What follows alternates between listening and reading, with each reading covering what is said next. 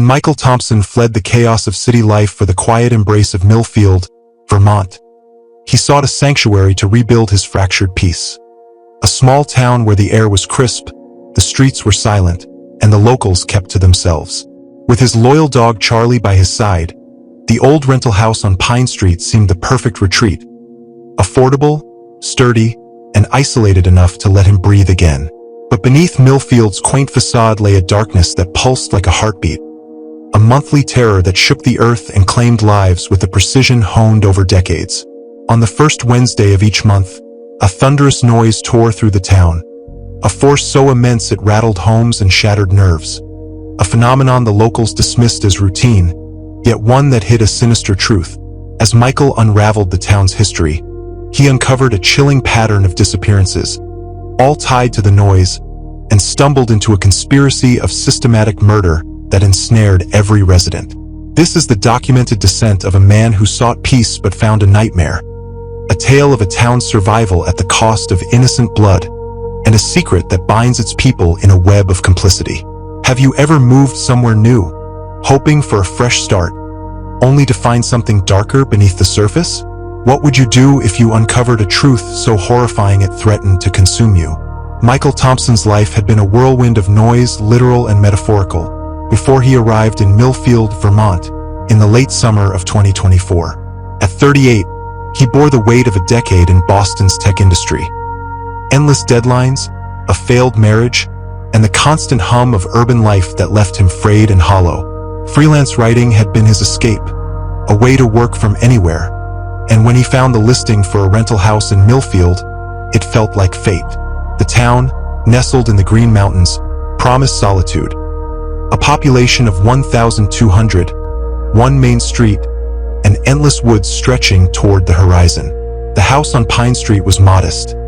$600 a month for a two-bedroom with creaky floors and outdated fixtures. But its thick walls and quiet charm were exactly what Michael needed to reset. He arrived on a humid August morning, his Subaru packed with essentials. A laptop, clothes, books, and Charlie, his 6-year-old golden retriever, who watched the passing scenery with a calm curiosity. The house smelled of cedar and faintly of mildew, its hardwood floors scuffed by generations of tenants. Windows framed views of towering pines, their needles carpeting the yard in rust-colored layers. Michael spent the first 3 weeks unpacking, arranging his books on sagging shelves, and setting up a desk by the living room window where sunlight streamed in golden patches. Charlie claimed a spot on the floor near the couch, his tail thumping lazily as Michael moved around him. The town itself was a postcard of New England simplicity. Main Street held the essentials. Murphy's Diner with its faded red awning, a hardware store, a small market, and the Milfield Public Library, a squat brick building from the 1960s. Locals greeted Michael with reserved nods, their New England reticence a stark contrast to Boston's brusque familiarity. They didn't pry into his past, and he didn't offer it, a mutual understanding that suited him fine. Robert Wilson, his landlord, was a gruff man in his late 60s who lived on the other side of town. Their interactions were brief, a phone call to finalize the month-to-month lease, a quick handover of keys, and an assurance that Michael could call if anything broke. Robert's distance was a relief. Michael craved solitude, not small talk. Those first weeks were idyllic. Michael picked up freelance work, tech articles for a startup blog, that kept him busy during the day. Afternoons were for long walks with Charlie through the woods behind the house, where trails wound past babbling brooks and moss-covered boulders. The air carried the scent of pine and earth, a balm to his city-scarred lungs. Charlie bounded ahead, sniffing at rabbit trails, his golden fur catching the dappled light. At night, the silence was profound, broken only by the hoot of an owl or the rustle of leaves. Michael began to feel the knots in his chest loosen, the ghosts of his past receding with each quiet day. Milfield, he thought, might just be the sanctuary he'd been searching for. The illusion of peace shattered on the first Wednesday of September, a day that began as unremarkably as any other. Michael sat on the couch, laptop balanced on his knees, drafting an article on cloud computing. Charlie dozed in a patch of late sunlight, his snores a soft rhythm against the hum of the fridge. The clock on the wall read 3:47 p.m. when the world erupted. The sound hit like a tidal wave, a thunderous, bone-deep roar that seemed to rise from the earth itself and descend from the sky in a crushing vice. It wasn't just loud. It was immense, a primal force that vibrated through the floorboards and rattled the windows in their frames. Books tumbled from shelves, their spines cracking as they hit the floor. Picture frames clattered against the walls. One, a photo of Michael and Charlie at a Boston park, falling with a sharp crack of glass. The coffee mug on the side table toppled, spilling cold dregs across the wood. Dust shook loose from the ceiling, swirling in the air like a ghostly fog.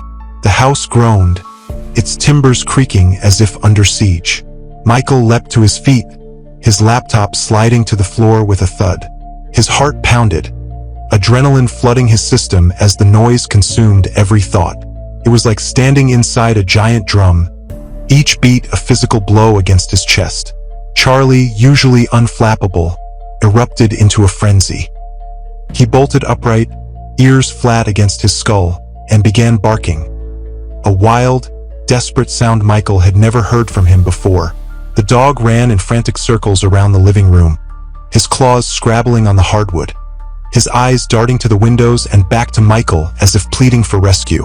Even during Boston's worst thunderstorms, Charlie had stayed calm, curling up under the bed with a resigned sigh. This was different. This was terror.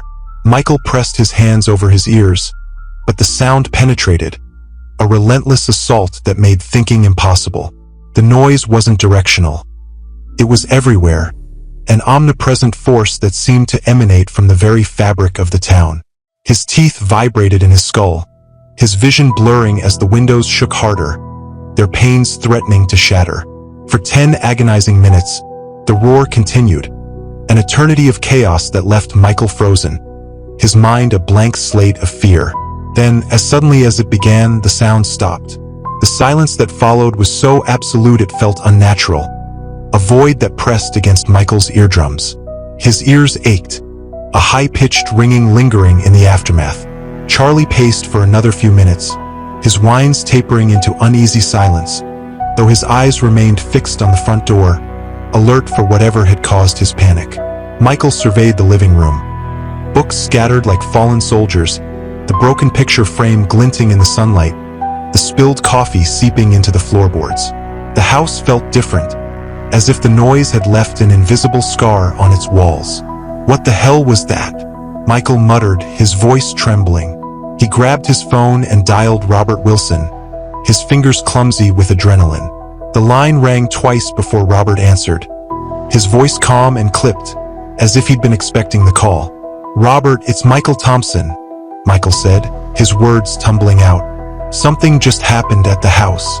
There was this massive noise like an earthquake or explosion. The whole place shook. Is everything okay?" A pause stretched on the other end, too long for comfort. "Oh, that," Robert said finally, his tone infuriatingly casual. "Yeah, don't worry about it." "Don't worry about it?" Michael's voice rose. "Robert, it sounded like a bomb went off. The windows were shaking. Books fell everywhere. What was it?" "Just the monthly noise," Robert replied, as if explaining a garbage pickup schedule. "You'll get used to it." "Monthly noise?" Michael stared at Charlie, who was still watching the front door with wary eyes. "What do you mean monthly noise? What kind of noise happens every month that's strong enough to shake a house?" "Look, Michael, it's just something the town deals with," Robert said, his voice flat. "Has been for years. Nothing dangerous, just loud. You picked the place for quiet, right? Well, it's quiet 29 days out of 30. Not bad odds." Michael's frustration boiled over. "But what causes it? Where does it come from?" "That's just how things are here," Robert said, brushing off the question. "You'll adjust. Everyone does." The line crackled with background noise. Robert was outside, perhaps doing yard work, but his dismissiveness was palpable. "Robert, I'm serious. That wasn't normal." "Michael," Robert cut in, his tone firming. "It happens every first Wednesday. Been happening since before I moved here, and it'll keep happening after we're both gone. Best thing you can do is plan for it. Put your breakables somewhere safe next month. But I've got to go. Call me if you have any real problems." The line went dead.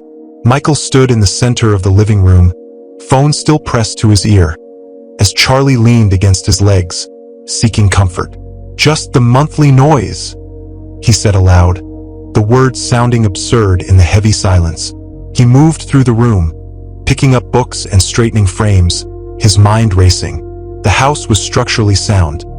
No cracks in the walls, no broken windows. But the disruption lingered, a violation of the peace he'd come here to find. Robert's casual dismissal gnawed at him more than the noise itself. How could something so violent, so unnatural, be treated as routine? And why did Robert refuse to explain its source? As Charlie settled back onto the floor, his ears still perked, Michael knew one thing for certain. Whatever had just happened wasn't over. It was merely paused, waiting to return in 4 weeks.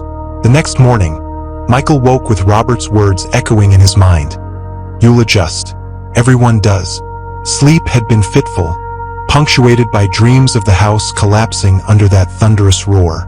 He needed answers, and if Robert wouldn't provide them, perhaps the locals would. Murphy's Diner, the heart of Milfield's social scene, seemed the logical place to start. The diner's glass door creaked as Michael pushed it open, the smell of coffee and bacon grease hitting him like a warm wave. The interior was a time capsule of the 1980s. Red vinyl booths lined the windows overlooking Main Street, their seats cracked and faded. A long counter stretched along the back wall, its swivel stools wobbling on uneven legs. The black and white checkered floorboard were patterns from decades of foot traffic. At this early hour, the diner was nearly empty. Sam Baker, an elderly man with thin white hair and a faded flannel shirt, sat hunched over a coffee cup at the far end of the counter. His pale blue eyes flicked up briefly as Michael entered, then returned to his mug. "Morning," a woman said, emerging from behind the counter with a coffee pot in hand. She had shoulder-length auburn hair tied back in a ponytail, her easy smile lighting up her face. Her name tag read Trish. "You must be the new guy everyone's been talking about. Coffee? Please," Michael said, sliding onto a stool a few seats down from Sam, leaving a buffer but close enough for conversation.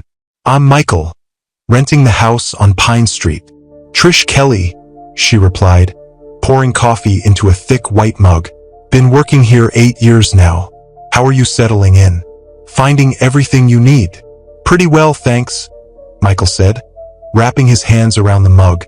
The coffee was strong, its bitterness grounding him. Still getting used to small-town life after the city. Sam looked up, his tired eyes meeting Michael's. "Sam Baker," he said with a small nod. "You picked a good place to land. Quiet most of the time." "Most of the time," Michael echoed, noting the phrasing. "That's actually what I was hoping for, though yesterday afternoon was anything but quiet. That noise was incredible. The change in the room was instantaneous." Trish's smile vanished, her hand tightening on the coffee pot as she set it down with a clatter. She grabbed a dish rag from under the counter and began wiping a spotless section, her movements brisk. Sam's shoulders tensed, his gaze dropping back to his mug as he muttered something unintelligible. "What noise?" Trish asked, her voice clipped as she moved further down the counter, scrubbing at invisible stains. "The thundering sound that shook my entire house yesterday around 4 o'clock, Michael said, watching their reactions. "Went on for about 10 minutes. My dog went crazy." "Oh," Trish said, her tone flat. She shifted to another section of counter, her back to Michael as she rearranged sugar dispensers with focused intensity. Sam muttered again, the words sounding like, "Just how things are around here." Michael leaned forward, trying to catch Sam's eye. "Do you know what causes it?" "It was loud enough to rattle windows and knock books off shelves." "Don't really think about it much," Sam said, his voice low, his eyes fixed on his coffee. Trish had reached the far end of the counter, as far from Michael as she could get while still technically in the conversation. Her hands moved mechanically, stacking napkin holders with unnecessary precision. "But it must happen regularly if you don't think about it," Michael pressed. "How often does something like that occur?" Sometimes these old buildings make noise, Trish said quickly, her warmth replaced by a brittle edge. Settling, happens. She glanced around the diner, as if expecting the walls to back up her claim. Michael's gaze swept the room. The diner's windows were intact, but he could imagine them rattling under the same force that had shaken his house. That wasn't settling, he said. That was like standing next to a freight train. Sam drained his coffee in one gulp, pulling a crumpled $5 bill from his shirt pocket. He placed it on the counter and slid off his stool. "Nice meeting you, Michael," he said, heading for the door with a measured pace that wasn't quite a rush but definitely an escape. "Wait, Sam," Michael called, but the door closed with a soft chime, the bell above it jingling faintly. Through the window, he watched Sam walk down Main Street, his shoulders hunched against more than just the morning chill. Trish appeared at Michael's elbow with a menu, her movements brisk. "What can I get you for breakfast? The pancakes are really good today. I'm more curious about," Michael began, but Trish cut him off, hurrying toward the kitchen. "Oh, excuse me, Tom. I need to take this order." She disappeared through the swinging doors, leaving Michael alone with his coffee and the sinking realization that there was no Tom, no other customers, and no willingness to discuss the noise. The interaction felt rehearsed, a choreography of avoidance perfected over years. Robert's casual brush-off now made sense. Not because the noise was normal, but because the locals had agreed to never speak of it with outsiders. Michael lingered for a few minutes, hoping Trish might return with answers, but she reappeared only to refill his coffee without meeting his eyes, then began wiping down already clean tables with a fervor that bordered on manic. "So about that noise yesterday," he tried again. "You know what? I just remembered I need to prep for the lunch crowd," Trish said, her voice tight as she scrubbed a table. "Rain check on breakfast." It wasn't a question. Michael left money on the counter and pushed the door open, catching a fleeting glimpse of Trish's expression, almost apologetic, before she turned away. Walking back down Main Street, the crisp September air did little to ease the unease coiling in his chest. Sam and Trish hadn't been confused by his question, nor had they dismissed it as an overreaction. They knew exactly what noise he meant, and their refusal to discuss it spoke louder than any explanation could. Charlie greeted him at the door, tail wagging but ears alert, as if he sensed the storm brewing in Michael's mind. Whatever was happening in Milfield, the locals were determined to keep it buried, and Michael was just as determined to unearth it. 3 days after the diner incident, Michael's frustration crystallized into a plan. Sam and Trish's evasiveness, coupled with Robert's nonchalance, convinced him that answers wouldn't come from the living. He needed cold, hard records, something the town couldn't dodge or dismiss. The Milfield Public Library on Center Street, a nondescript brick building he'd passed countless times, became his target. On a chilly Thursday morning, he left Charlie at home and walked the 4 blocks to the library, his breath fogging in the crisp air. The library's interior smelled of old paper and dust, its fluorescent lights casting a sterile glow over rows of shelves and a small reading area. A librarian in her 50s, with graying hair and thick-rimmed glasses, looked up from her computer as Michael approached. "Can I help you find something?" she asked, her voice warm. "I'm interested in local history," Michael said. "Newspaper archives, town records, that kind of thing. I'm new to the area and curious about Milfield's background." Her face lit up, as if he'd stumbled into her passion. "Oh, wonderful. We have quite a collection. The historical section is over here." She led him to a corner area with filing cabinets, 2 microfiche machines that looked like relics, and shelves stacked with bound newspaper volumes. "The Milfield Gazette runs back to 1938, she explained, pulling out a thick volume. "Original papers through 1960, and everything after that on microfiche. Town meeting minutes, property records, and census data are in these cabinets. Let me know if you need help with the machines." Michael started with the most recent Gazette volumes, working backward, his eyes scanning for any mention of the monthly noise. The paper was a quaint chronicle of small-town life, school board meetings, bake sales, high school football scores, and the occasional petty crime. But after 2 hours, he found nothing. No articles, no letters to the editor, not even a classified ad referencing a sound that could shake houses. The absence was stark. If the noise had been happening for decades, as Robert claimed, shouldn't there be some record? A noise complaint, a mention of property damage, a curious resident's inquiry? He switched to town meeting minutes, hoping for official acknowledgement. The records were meticulous but mundane. Road maintenance budgets, snow removal plans, permit applications. Month after month, year after year, there was nothing about mysterious sounds or resident concerns. By afternoon, Michael turned to police reports and incident records, with the librarian's help accessing boxes of files dating back to the 1940s. Most were routine traffic violations, domestic disputes, drunk and disorderly charges, but a pattern emerged that made his blood run cold.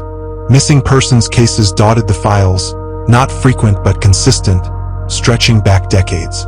Michael pulled every report he could find, spreading them across the library table. The first was from 1943. John Morrison, 34, a transient laborer last seen at a local boarding house. No follow-up investigation noted. In 1946, Mary Ellen Schultz, 28, traveling to Burlington, her car found abandoned on Route 108, case closed after a week. In 1951, Robert Chen, 31, a salesman from New York, checked into Murphy's boarding house, now the diner, and never checked out, his belongings left behind. The cases continued through the decades with gaps of 2 to 5 years.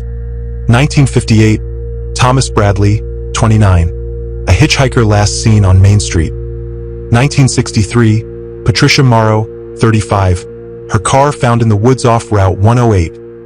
1967, James Sullivan, 27, vanished from a motel overnight. The most recent was from 1974. William Hayes, 42, a salesman from Connecticut, his car left in the Milfield Motor Lodge parking lot for 3 days before police were called. The case closed within a week with minimal effort. Michael counted 23 cases over 30 years, each fitting a chilling profile. Outsiders, travelers with no local ties, people who wouldn't be missed immediately. The investigations were perfunctory at best. No interviews with locals, no calls to families, just a cursory search before the cases were shelved. The timing gnawed at him. The disappearances began around 1943, aligning with Robert's vague timeline for the noise. And the locations, Route 108, the woods, motels, suggested a deliberate pattern. The police report's language was formal but dismissive, as if the officers expected these vanishings and saw no need to dig deeper. Michael photocopied every report, his hands trembling as he organized them by date. The librarian helped him find a few newspaper mentions, but they were brief, notices asking for information with no follow-up articles. Walking back to his car, the stack of photocopies felt heavy with unspoken horror. The noise and the disappearances were connected. He felt it in his gut. The local silence wasn't just small-town privacy. It was a wall protecting something far darker. 3 weeks later, the weight of those missing persons reports had changed Michael irrevocably. Milfield no longer felt quaint. It felt sinister. Main Street's friendly nods now seemed calculated. Every smile a mask hiding complicity. Michael avoided the streets after dark, preferring the woods behind his house for Charlie's evening walks. The trees felt safer, their shadows less judgmental than the eyes of neighbors who might know more than they let on. On a frigid November evening, the air bit at Michael's skin as he and Charlie followed the worn path beyond his back fence. Charlie trotted ahead, nose to the ground, his breath puffing in the cold. The routine usually calmed Michael, but tonight his thoughts were consumed by the police reports. 23 lives snuffed out, their stories buried in Milfield silence. Charlie stopped suddenly, 20 yards ahead, his ears perked, head tilted toward a sound deeper in the woods. A soft whine escaped him, signaling movement. Not danger, but something worth noting. Michael caught up, straining to hear. The crack of branches and rustle of undergrowth broke the stillness, too loud for a local hunter. "Hello?" A voice called from beyond a cluster of pines. "Is someone there? I could really use some help." A man stumbled into view, his Pennsylvania State University sweatshirt torn from pushing through brush, jeans dirty at the knees as if he'd been crawling. He looked out of place in the Vermont woods, more suited to a college campus than a forest at night. "Oh, thank God," he said, spotting Michael. "I've been wandering for over an hour trying to find my way back to the road." Charlie moved closer to Michael's side, showing none of the agitation he'd displayed during the noise. The stranger seemed harmless, his relief genuine. "I'm David Martinez," he said, extending a hand. "My car broke down on Route 108, maybe 2 miles outside town. I tried to walk for help but got turned around." "Michael Thompson," Michael said, shaking his hand. "This is Charlie." David's grip was firm, his eyes direct, a man with no reason to suspect danger. "Nice to meet you both. I don't suppose you know which way leads back to the main road?" "I'm more lost than I realized." Michael's stomach twisted as David's words sank in. Car broken down on Route 108, an outsider with no local ties, David fit the profile of Milfield's vanished perfectly. "Where were you headed?" Michael asked, already dreading the answer. "Burlington," David said, gesturing to his sweatshirt. "Graduate school reunion at UVM. I was driving up from Pennsylvania. When my car started making that grinding noise, I pulled over at the first safe spot." He smiled self-consciously. "Is there a gas station or mechanic around? I figured a small town like this would have someone who could help." Michael hesitated, the missing persons reports flashing through his mind. David noticed the pause, his expression shifting to mild confusion. "There's a mechanic in town," Michael said finally. "Murphy's service station on Main Street." "That's great," David said, relief flooding his voice. "Could you point me in the right direction? I've been walking in circles." The smart move was to give directions and walk away, to let David fend for himself and avoid entanglement in whatever darkness Milfield harbored. But looking at David, his torn sweatshirt, his earnest gratitude, Michael couldn't shake the feeling that sending him toward town might be a death sentence. Before he could decide, the decision was made for him. 2 men emerged from the darkness between the pines, their footsteps eerily silent, as if the woods themselves conspired to hide their approach. Michael recognized them. One, wearing a baseball cap, worked at the hardware store. The other, a familiar face from Murphy's Diner, often sat in the back booth during Michael's visits. Both carried hunting rifles, held casually but ready, their movements deliberate as they flanked David. They ignored Michael completely, as if he were invisible, their focus locked on the stranger. "Oh, hey there," David called, raising a hand in a friendly wave.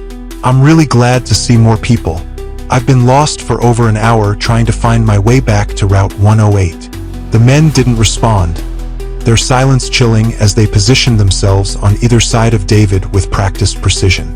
Charlie pressed against Michael's legs, a low whine building in his throat, his body tense with unease.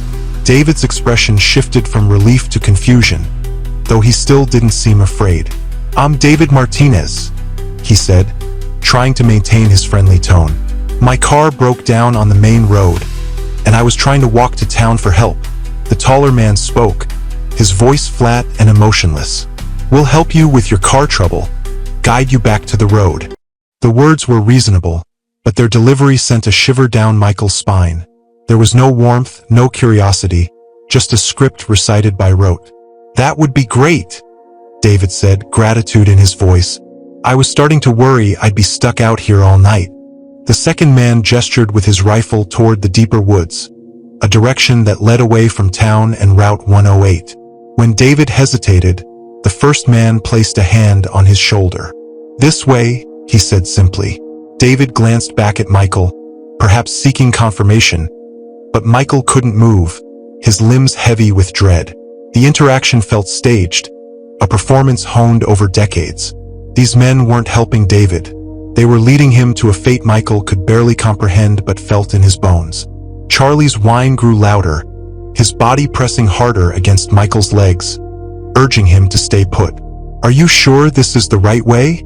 David asked as the men guided him deeper into the forest, his voice fading. One of them replied, but the words were lost to distance. David continued walking, his pale sweatshirt the last thing visible before the trees swallowed them whole. The woods returned to their nighttime stillness, the silence broken only by an owl's distant call.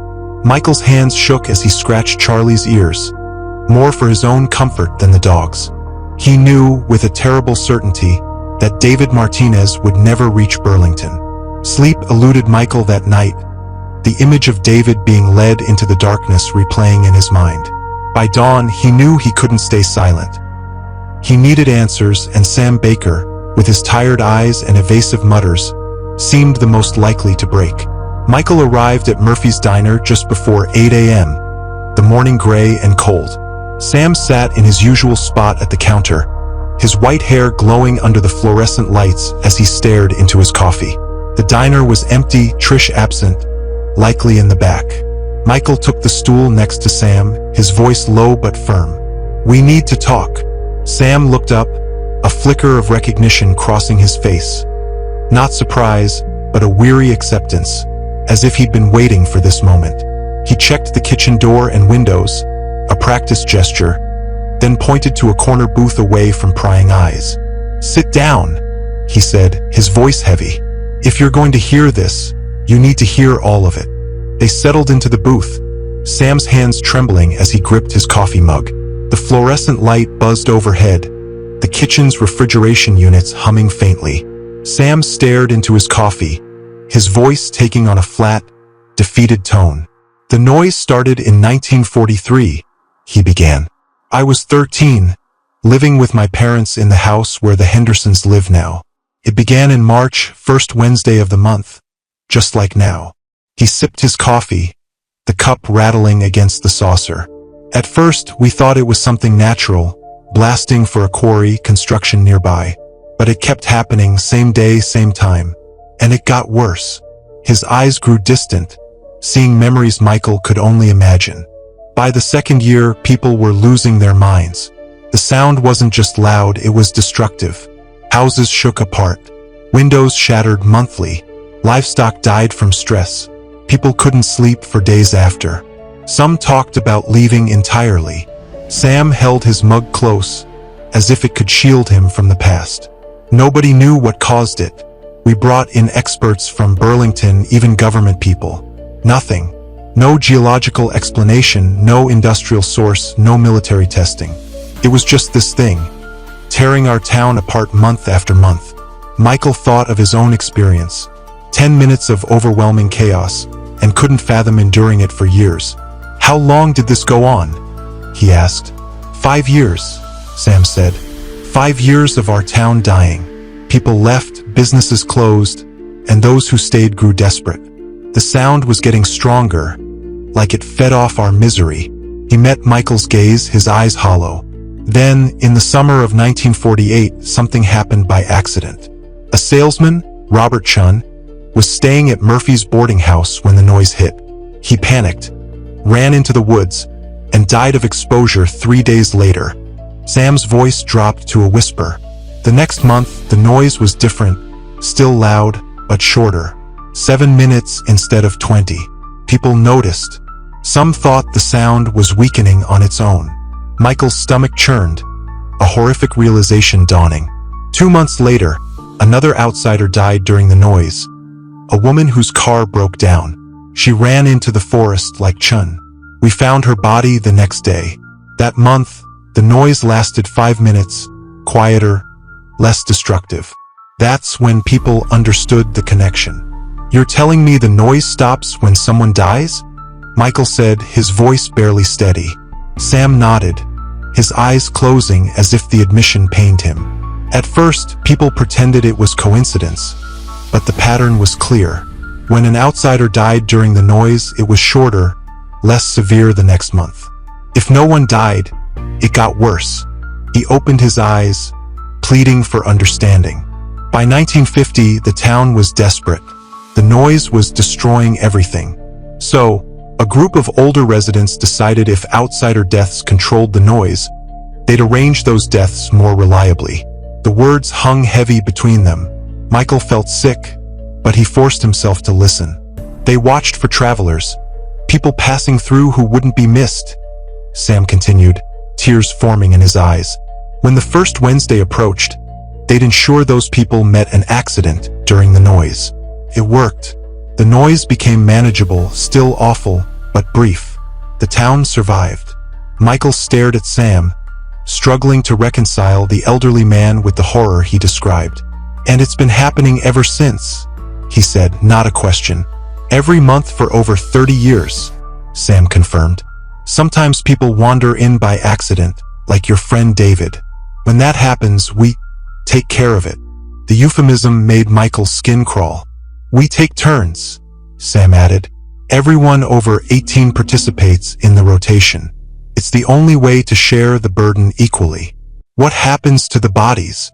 Michael asked, dreading the answer. "A place in the woods, 2 miles east of town," Sam said, his hands shaking. "Deep enough they're never found. Close enough we can handle it quickly." He looked at Michael, his voice pleading. "You have to understand, we tried everything else. But when you've lived through what that noise can do, seen your neighbors driven mad, your town falling apart, you'll do anything to stop it."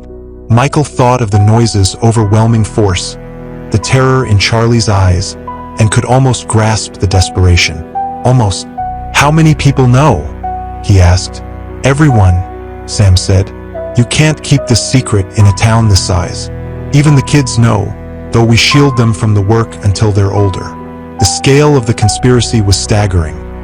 An entire community complicit in murder, generation after generation. It explained the silence, the evasive answers, the sanitized records. "David Martinez," Michael said, his voice hollow. "What happened to him?" Sam's shoulders sagged. "He's gone.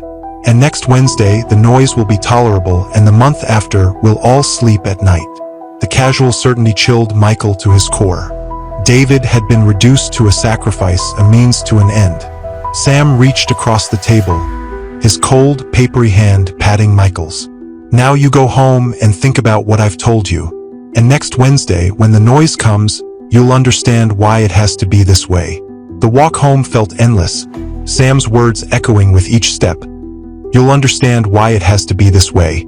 Charlie greeted Michael at the door, tail wagging, but his eyes tracked Michael's pacing with concern. The house, once a refuge, felt tainted, its silence a lie. Michael made coffee he didn't drink, picked up a book he couldn't read, and stood at the window, staring at Main Street.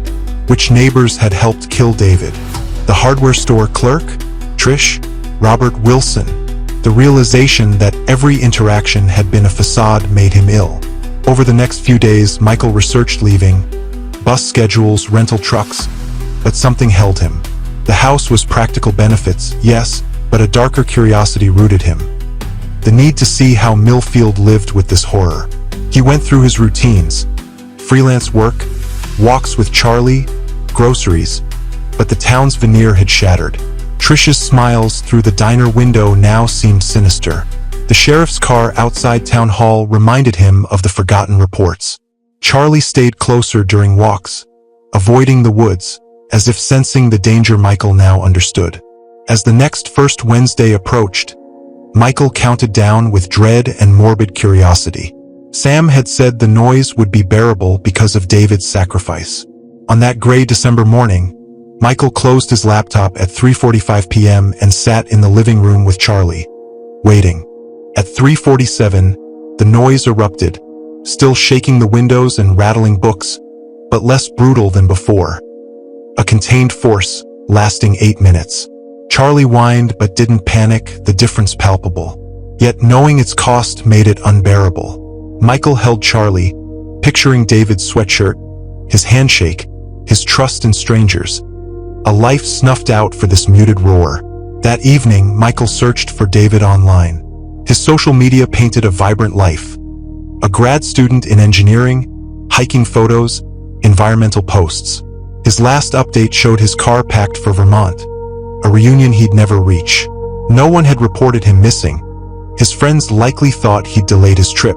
When they did, the search would be perfunctory like the others. Winter deepened, snow blanketing Milfield. Michael watched for out-of-state cars, each one a potential victim. He never reported David's disappearance, never contacted his family. his silence making him complicit. He told himself it was practical. Reporting wouldn't help David, but fear was the truth. Fear of becoming the next victim of Milfield's system silencing him. January's noise came, controlled and brief. Another life traded for peace. Michael realized Milfield had changed him. He'd learned to endure the noise, to act normal while knowing of murder. As Charlie looked up with trusting eyes during the January roar, Michael wondered if he'd already become the kind of man who'd watch another David vanish into the woods and say nothing.